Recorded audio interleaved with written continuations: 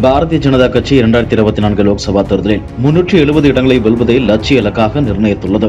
2019 விட 67 இடங்கள் அதிகம் வெல்வோம் என்று பாஜக தலைவர்கள் மேடைக்கு மேடை அறிவித்து வருகின்றனர். ஆனால் பாஜகவால் இந்த இலக்கை அடைய முடியுமா என்ற கேள்வி எழுந்துள்ளது. பாஜக தனியாக 370 இடங்களை வெல்வதன் மூலம் தேசிய ஜனநாயக கூட்டணிக்கு 400 இடங்கள் கடக்க வாய்ப்பாக அமையும் என்பதால் பாஜக இந்த மாபெரும் இலக்கை நிர்ணயம் செய்துள்ளது. மக்களவையில் 543 இடங்கள் உள்ளன. பாஜக 2014 மற்றும் 2019 முறையே 282 மற்றும் 303 இடங்களை வென்றது.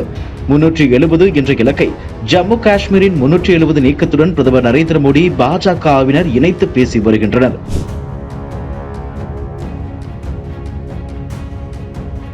ஆனால் கடந்த முறை வென்றதிலிருந்து கூடுதலாக 67 இடங்களை சேர்ப்பது என்பது பாஜகவிற்கு மிகவும் கடினமான பணியாக இருக்கலாம்.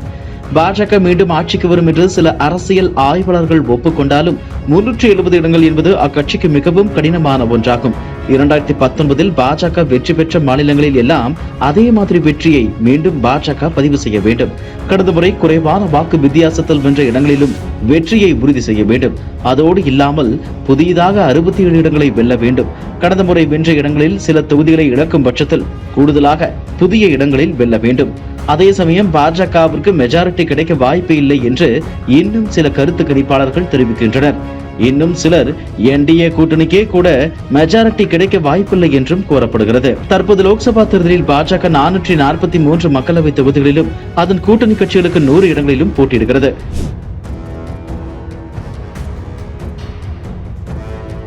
இதுவரை வெளியான கருத்து கணிப்புகளில் பாஜகவிற்கே பெரும்பான்மை கிடைக்கும் என்று கூறப்பட்டாலும் 3 கட்ட தேர்தலுக்கு பின் பாஜக பெரிய அளவில் சறுக்கலை சந்தித்துள்ளதாகவே கணிப்புகள் கூறுகின்றன. 2024 லோக்சபா தேர்தலில் மெஜாரிட்டி கிடைக்காத பட்சத்தில் பாஜகவின் பிளான் பி எப்படி இருக்கும் என்ற விவாதம் எழுந்துள்ளது.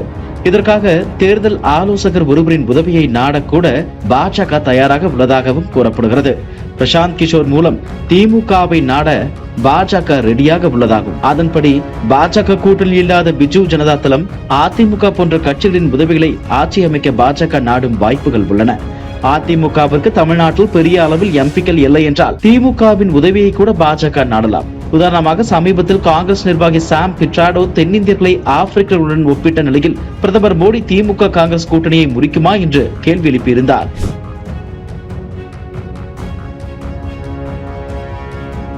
இதுவும் கூட காங்கிரஸ் திமுக கூட்டணியை உடைக்க மோடி விடுத்த அழைப்பாக இருக்கலாம் என்றும் அரசியல் வட்டாரங்கள் கூறுகின்றன.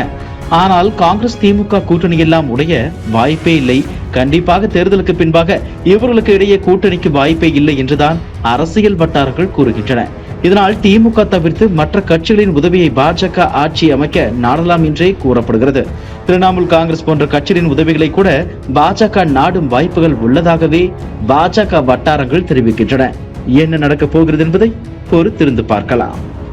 இதுபோன்ற செய்திகளை மேலும் தெரிந்து கொள்ள எங்களது யூடியூப், Facebook மற்றும் Twitter ஆப்களை சப்ஸ்கிரைப் செய்யவும்.